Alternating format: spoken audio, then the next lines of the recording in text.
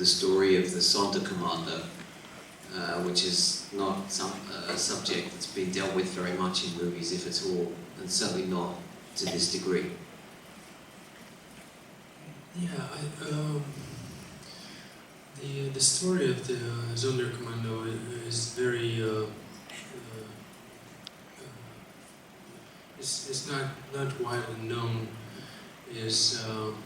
Although these people are at the center of the extermination process, and their manuscripts still exist, and the texts that were found are incredibly powerful. Also because, mainly because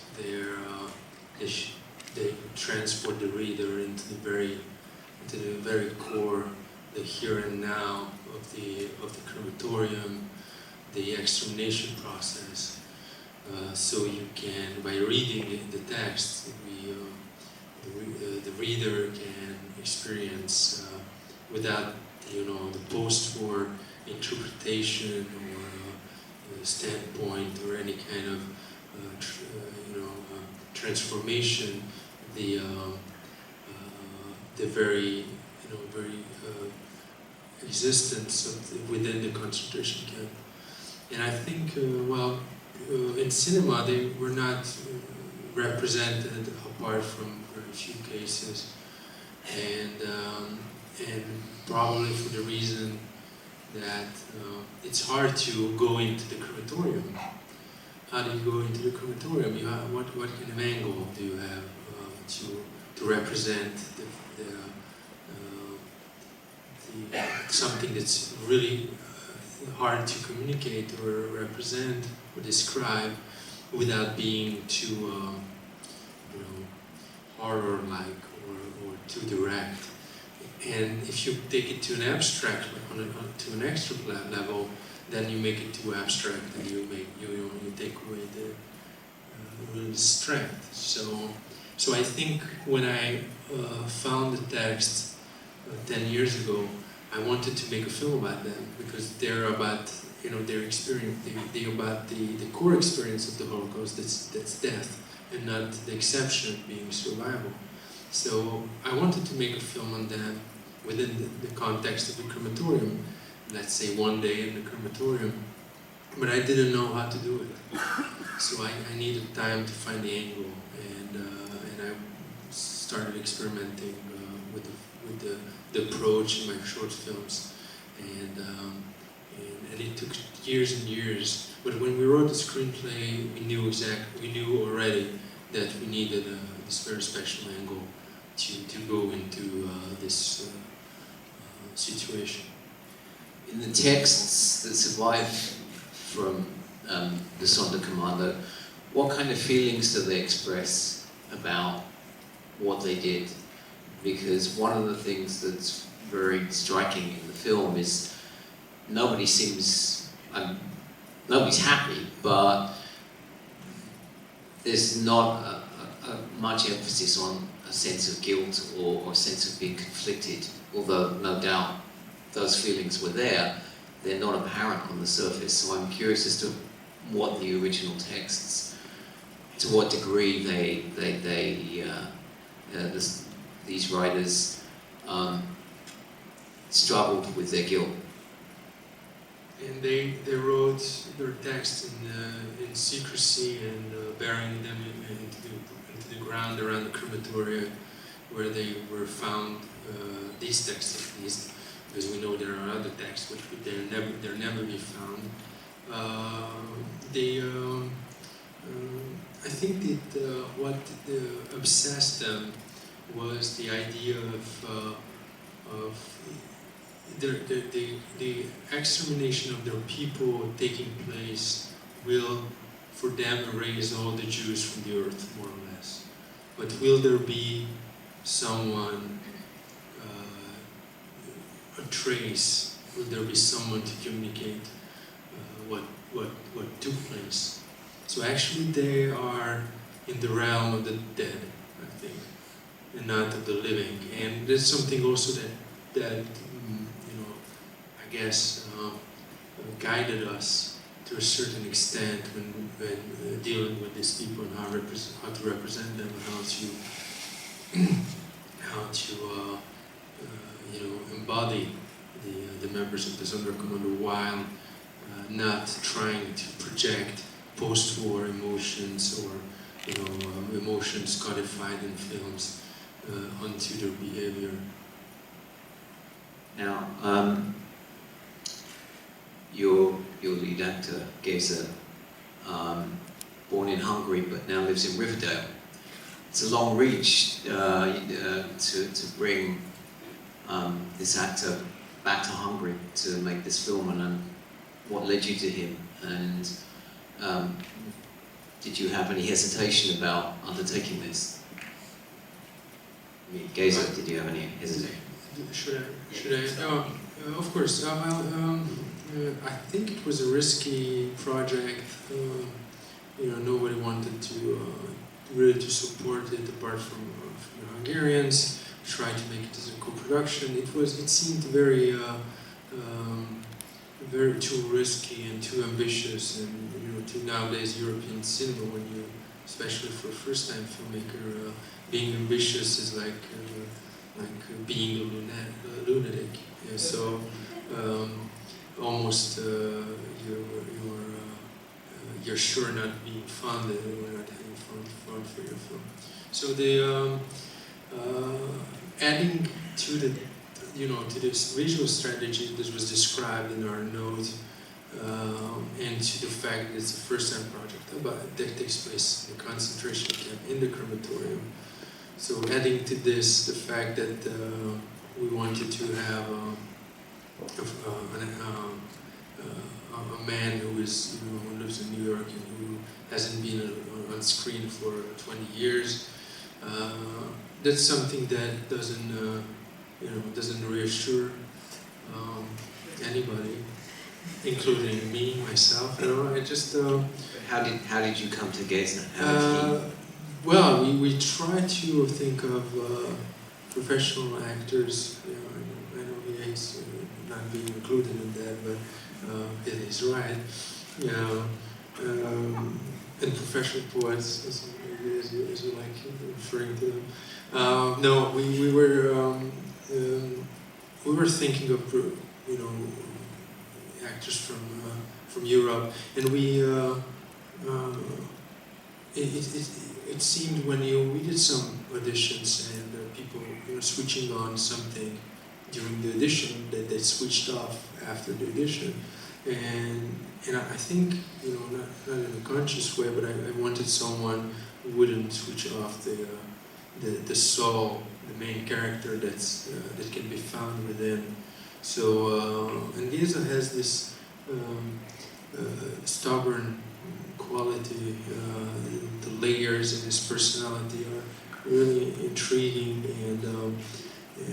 and I think in a way I didn't write the screenplay while thinking about Géza, but at the same time it kind of made sense, but not in a sort of revelation of a second. It just started to grow on me, and when I started to consider an old friend from New York that I met years before, and I hadn't heard from him in years. So I sent him an email. So why don't you send me just a short video of you when you tell a story? And that's how it started. So you had known him before from when you were in New York. Yeah. And switching to Géza, was it difficult for you to make a decision about whether to become involved in this project? No, it wasn't. I am 10 years older than László, and I was 46 at the time when I first read the script, and it spoke to me right away. I spent decades of my life by then wrestling with the subject matter. In many ways, I feel like my entire life was in some way preparation, and lots of aspects of my life came to fruition, and I was able to bring into this role guess I mean by that I'm a father. I have an idea what a father is in at least two ways, because I had one and I lost one. And I myself have 4 beautiful kids. And then I had a grandfather who was liberated from the Budapest ghetto, but his 11 years old younger brother wasn't that lucky, and his pregnant sister wasn't that lucky, and his parents were not that lucky. And after my father, he was and is the most important person in my life. He played a lot of chess. He was retired. He had a lot of time for me. And he was the one who initiated me, so to speak, into what happened, what took place. And then I was a university student in Poland, and I visited the camp in 1986. I was 19 years old.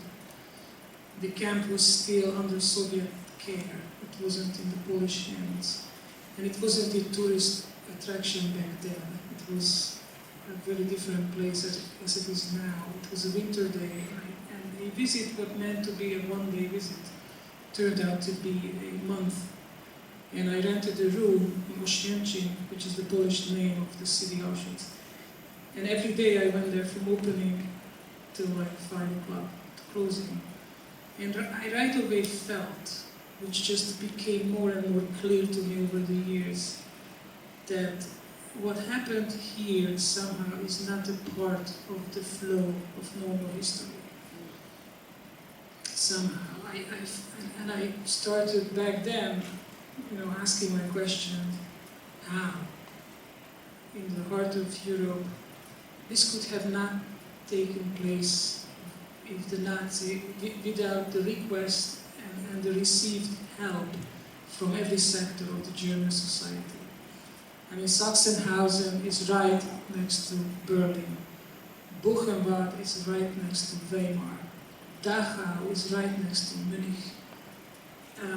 These cities are centers of German civilization. How did Auschwitz come to being, and what if the leaders, the heads of the church would have said in 1935, we are not Aryans, we are Jews by spirit? It would have right away collapsed, I think. And my question was larger than just Auschwitz. It didn't start then. It was there is a whole history leading up to 1944. And I'm still struggling, with these questions. And I just heard today that, Mahatma Gandhi died in 1948. And he had some friends, some Jewish friends, and he was intimately aware of what happened during the Holocaust. And in an interview they asked him, what do you think of Western civilization? You heard that, right?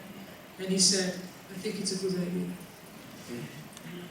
It would be a good idea. Right, it would be a good idea. In other words, to me, Auschwitz calls everything into question. And when people are, sometimes they're asking, like 70 years, can you just not turn the page, guys? I mean, move on. There's no way to move on. Because, 1 every 3 Jews were murdered, but so was 1 every 3 Cambodians were murdered, a few decades later. And I'm telling you that if you have a precedent, precedents have a tendency to become patterns. And then you mentioned Darfur, of course, Rwanda, and so on. It all would not have happened if Auschwitz if the Holocaust is not taking place right in the heart of Europe. It's something that I can't walk away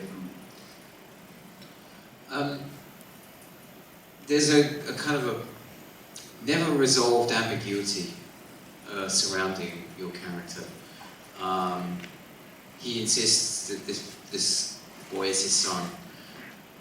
He visits the woman in the area of the camp where the women work, and he seems to know this woman, but he sort of denies her, and yet she knows his name, and the implication is that she is his wife. It's never made explicit, but there's a lot to suggest it. And he insists that the boy is a child that he had with outside of that marriage. I don't quite believe any of it, but it seems to drive the character. I never thought about it. I mean, I did, but it's interesting how, you know, people take signals from the film and try to unite them. It's fair. I never intended the girl to be his wife or the mother of his child, anything like that. But please. There is a line that you're referring to that's saying he's not for my wife. And that, of course, opens up to the interpretation that he is driven by guilt because he wasn't there for him in his life. So right now he wants to do, you know, at least what he can right now in his death. But I think if you understand your question, what you're asking is that how did I flesh it up or colored his character when we know so little about him? Yeah. We don't know if he was rich or poor before the war. There's very little given, right? That's true, and I think that's intentional. We basically know that he could have not come from a very religious household because he doesn't know Kaddish, and he doesn't even know that you don't need a rabbi for a funeral. In Judaism, you don't need a rabbi for a wedding, for God's sake. The only event you really need a rabbi is a divorce. But somehow, you know, in the formal sense, he wasn't educated or religious, but he still felt strong somehow to attend that the proper way to bury this boy somehow has to be done. You know, it seems to have a symbolic function for him more than a kind of, I mean, it's an absurd goal to set yourself, and all of the odds are stacked against him being able to achieve his goal. Right. And so it has to have the power of some kind of a symbol. Right. And I wonder if you could talk about that. Well, yeah, but what's the absurdity in the context of a concentration camp? Yeah. So it's a very interesting thing. People come up to me after the movie and you know, in lack of a better word, the secular people, they think that Saul is a madman. What is he doing? He should really join the revolt. Like, this is really just so anti-social. What is he doing? It's nerve-wracking. Like, what's the point? There are 1.5 million children under 15. They all got burned, so what difference does it make if you bury one, right? So from the very practical point of view. And then you have, again, in lack of a better word, people who are a bit more spiritual, open to other dimensions, and they get it, and they realize that resistance is taking place in this movie on two different levels. One is what the rest of the squad is planning, is just to get the hell out of here, which is legitimate and almost biological, you know. They want to save their skin. And Saul, to me, is a level higher than that. He's doing something for someone else.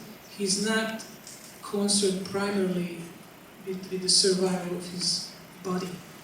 He is really not even worried about survival, to be honest. At least the way I understood it. I think what happened is that death was so omnipresent in Auschwitz that it basically vanished from sight. Death was everywhere, and every death was the same. So for even just to notice one death, the only way to do that is because the boy survived the gas chamber. So that was a miraculous sign that somehow caught his attention. No one does that, which is, by the way, historically true and recorded. That some people, very few, of course, did survive the gas chamber. They all got killed by the Nazi doctors. So there is a connection made with this boy. Either his real son or he adopts him. Doesn't really matter. But that experience, this agonizing boy, somehow brings him back to normalcy. And there is very few basic things that I would guess all broad religions agree to. But feeding the hungry, clothing the clothing the naked and helping the poor and burying the dead, this is just really the most, elementary human duties, obligations we have. Animals do not bury each other. So somehow, basically, he disregards the context, the situation that he finds himself in, and he does basically proves with his behavior that there are laws that are eternal, no matter what. They are, so to speak, from out of space and time. They are just valid, and burying the dead is one of them. And that's why I argue that I think he is the happiest man in the movie, and he has a purpose. And basically, even though he could not, bury him with a Kaddish, but at least he saved him from the fire. And he has a sense of fulfillment, and that's what I think that smile might be at the end of the movie, that he did what he could, and the execution is always in God's hand, but the effort, he did what he did. Let's get some questions from the audience.